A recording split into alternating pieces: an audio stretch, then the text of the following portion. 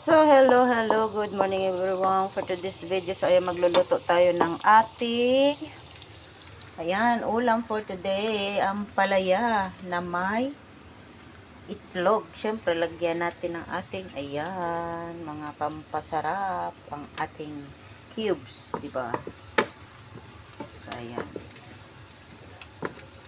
Ako lang naman ang nakatoka sa pagluluto. So, magluto tayo. Ayan.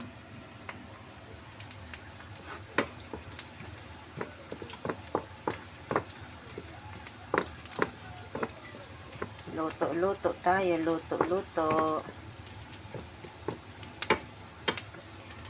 Magluto tayo. Siyempre, lagyan natin ng mga pampalasa. So, diba?